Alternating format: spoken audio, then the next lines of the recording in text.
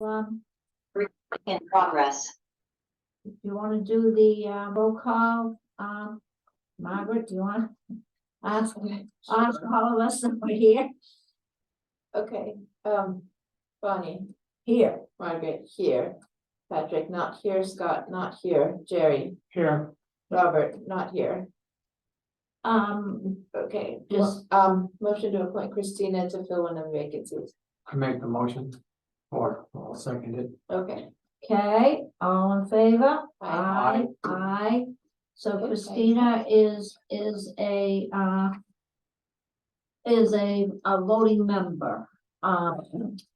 We have minutes of January 9th and 31st. Does anybody have any questions? motion to approve is written. Both of them, you want to do them separately or? We gotta do separately. Okay, January 9th, approval, who wants to make a motion to approve? I'll make the the minutes? motion to Okay. approve the minutes in January 9th. Jerry, second by Margaret. And all in favor, any corrections, errors, omissions? All in favor? Aye. Aye. They're approved. January 31st minutes. Motion to approve is written. I'll second it. Any corrections, errors, omissions? All Move in favor, say Aye. aye. We have no selectmen's report. Scott couldn't be here because of an emergency. So we do not have a selectmen's report. Margaret, do you want to give us an update on the flood insurance ordinance hearing and research you did? Yeah, so, during our special meeting on January 31st, a member of the public, Igor Beely, raised the issue that flood insurance is still very expensive despite the fact that we've qualified to be part of the National Flood Insurance Program. So I did a little bit of looking into it and discovered that there's a second step we can take beyond simply applying to be part of the National Flood Insurance Program, which is to apply to be part of the National Flood Insurance Program Community Rating System, which is a series of steps that the community can take to demonstrate good faith in complying with FEMA's requirements for protecting the community against flood and informing community members of how they can protect themselves. And to register under this program and to begin taking action, that will allow us to qualify for greater discounts on flood insurance.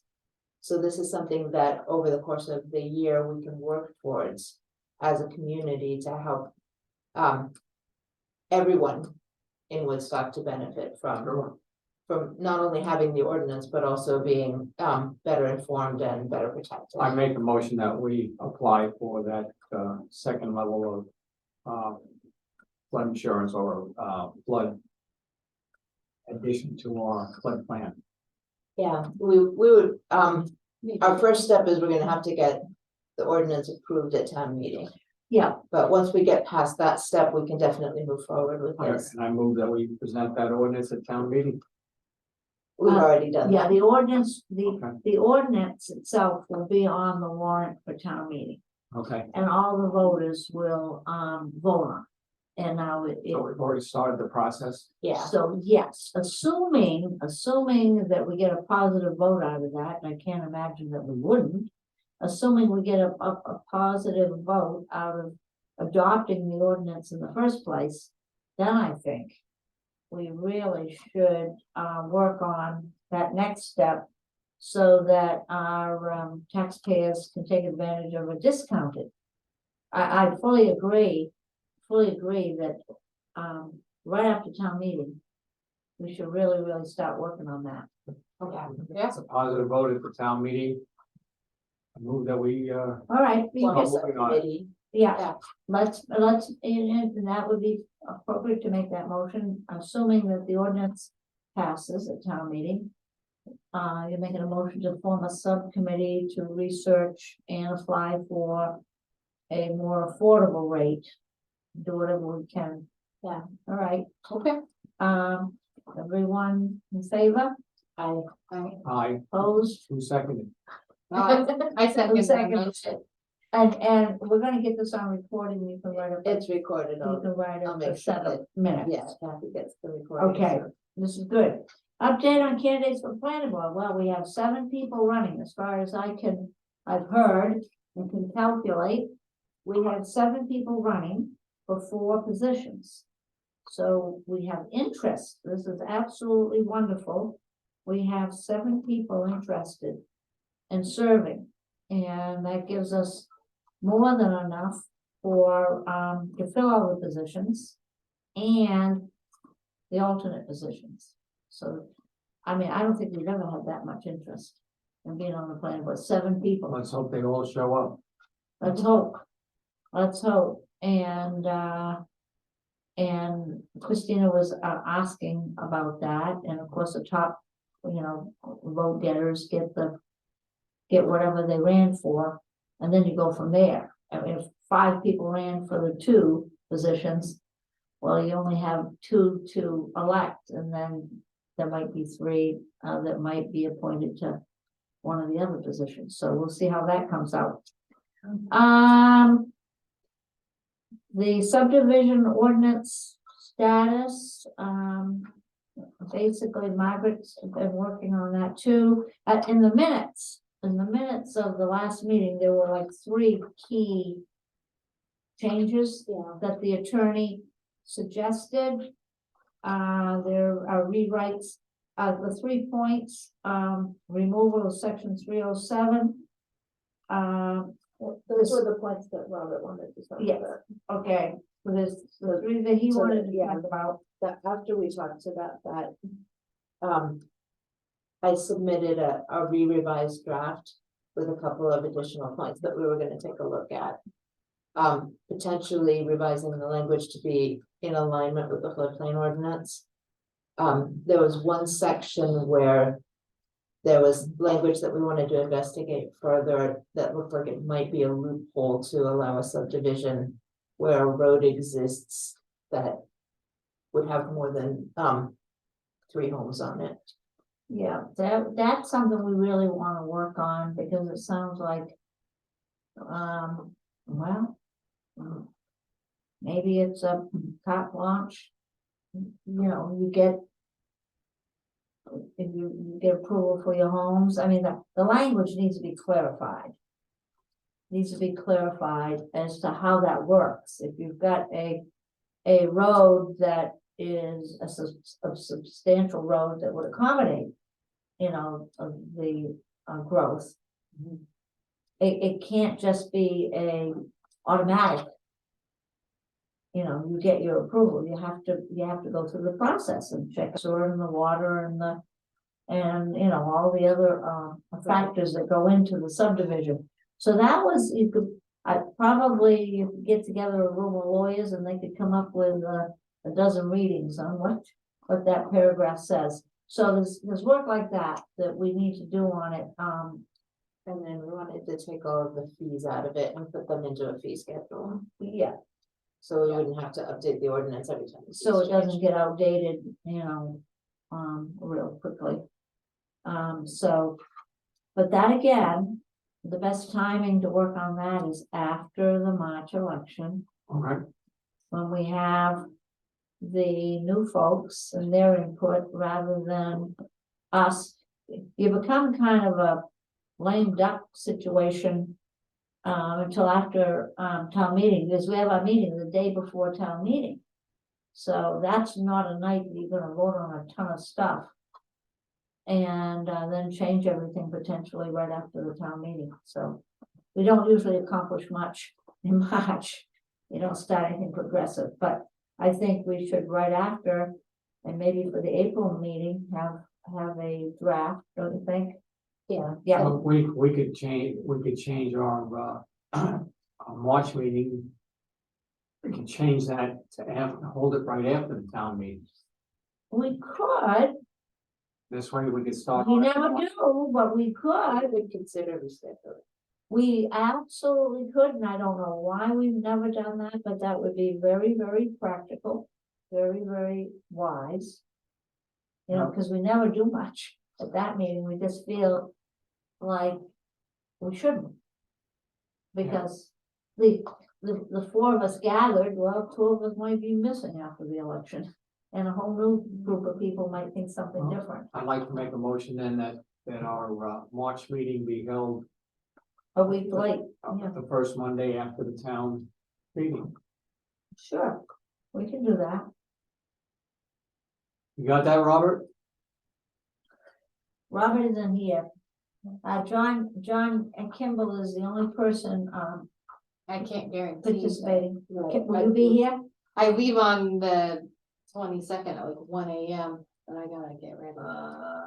So I'm driving to Boston on the 21st, so I don't know if I could come that Monday, 'cause I gotta.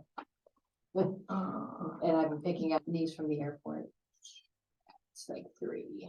And we would have to communicate with all of the newly elected members and make sure they were available. What we can do, why don't we have the meeting, I could Day? potentially come on that March 17th, a Friday.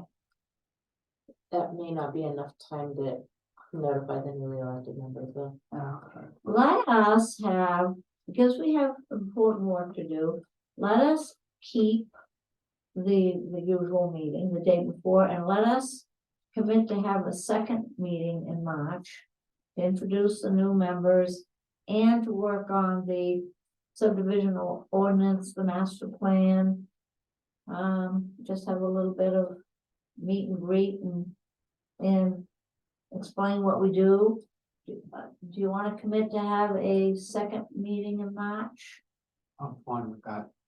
And which March are you available? Well, like I said, I leave on the 22nd. so 22nd. It's a 6-hour time And you're difference, so gonna be it's gone like for a while. 6 PM meeting would be midnight over there. I mean, granted, Right. dinner's 10 PM, so I would potentially still be up and about at midnight, but I can't And then you're away for April and 77 days. And I'll be back Okay. 26. All right, so you're So- not gonna be so we available. probably shouldn't schedule around you necessarily. Yeah. I mean, if you wanna do it, I could come Yeah. March 17th. I mean, I can do that then. Yeah. And potentially I could come on the 20th. March 17th is St. Patrick's Day. I would say we should probably not plan a meeting. Oh, and I will be gone I myself will be gone March 21st. Yeah, I mean, I could potentially do it on the 20th.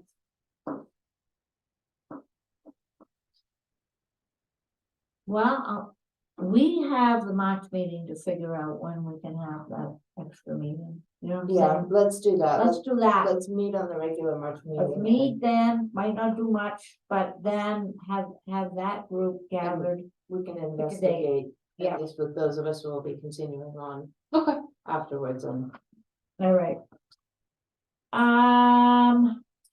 The master plan, revision, we have, a member of the community who is interested in helping us. Her name is Doris.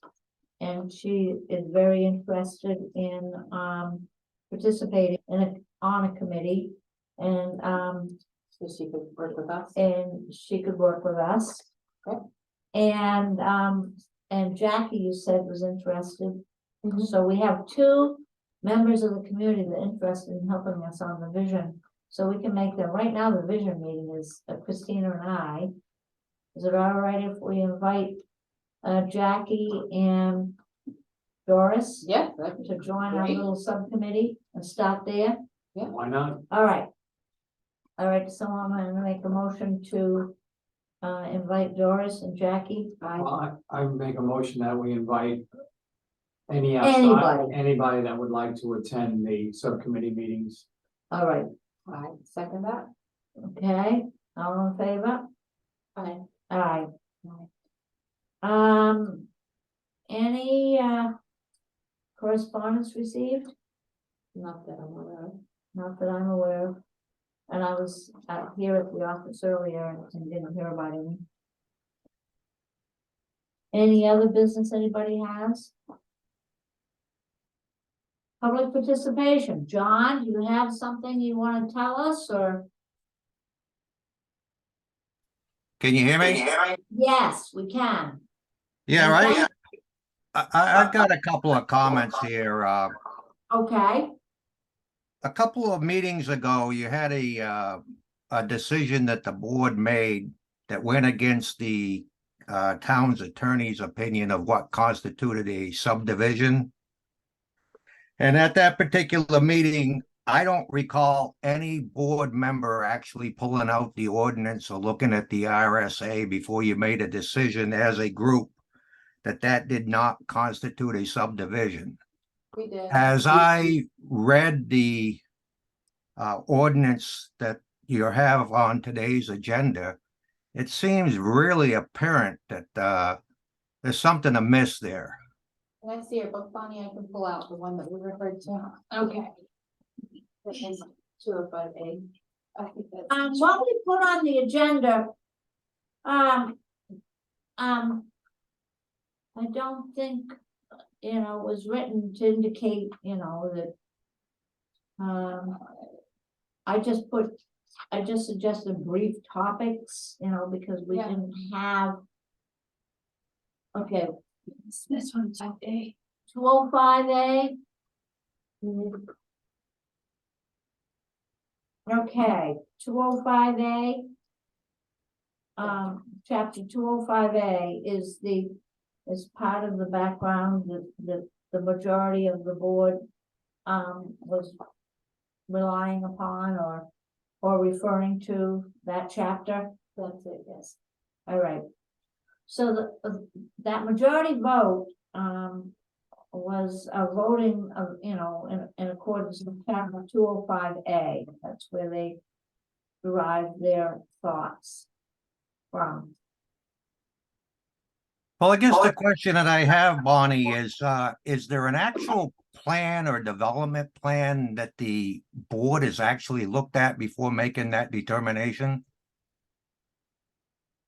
We were just making that determination. And working on that particular ordinance because we were anticipating getting busy with it. I mean, we're not working on revising the subdivision ordinance based on an applicant we anticipate coming to us or an application we have before us. We're just working on it in general. Okay, are you projecting to have new streets added to the town as a result of what's going on in that pit?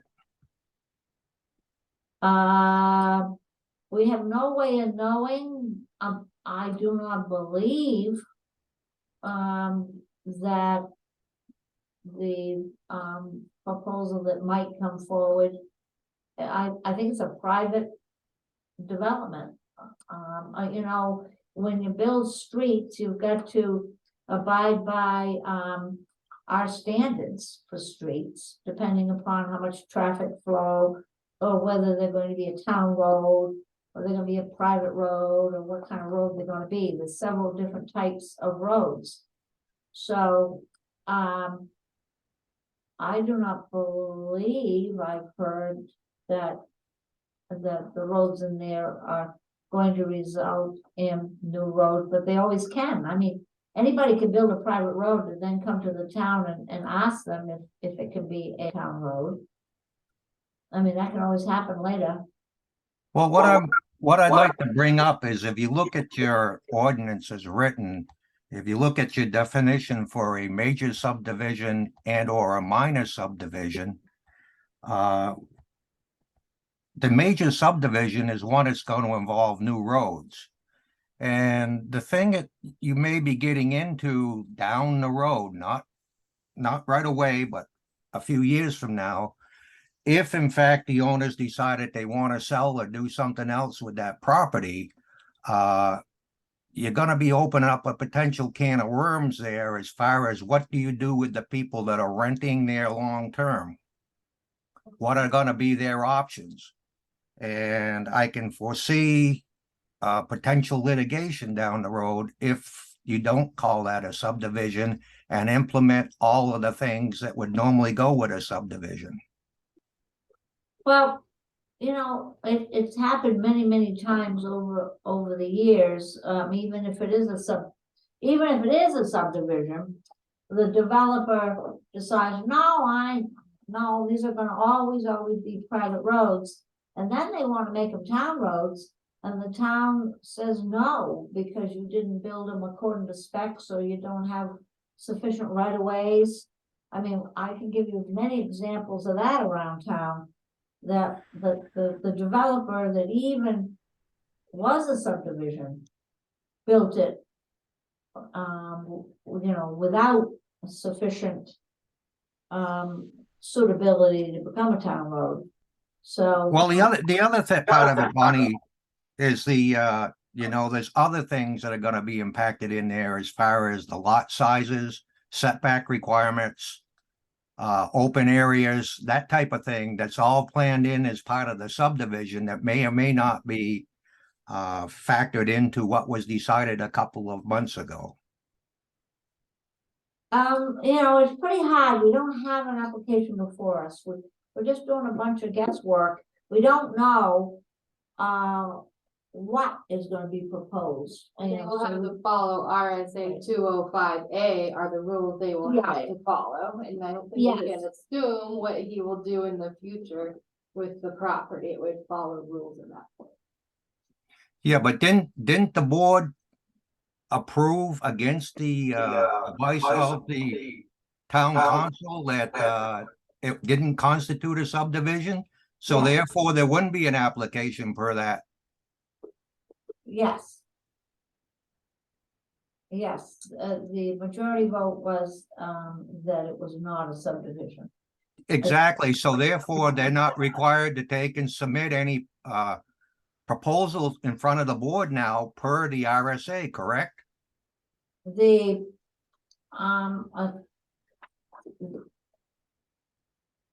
Yes, but if they wanted to change it in the future and Right. change it into a full subdivision, then they would have to conform to the RSA code that's in the book. they. But what would be the impetus to make them do that, Jerry? There's no sense of them at this point not having to go the high road. The board is basically giving them the easy way out. They would not come to the planning board with their proposal, with the position taken. Will not be a planning board matter. It will be a building inspector matter. It'll be a selectman's matter to allocate the sewer and water and the roads and so forth. It'll be health and safety and police protection and, suitability for it to be a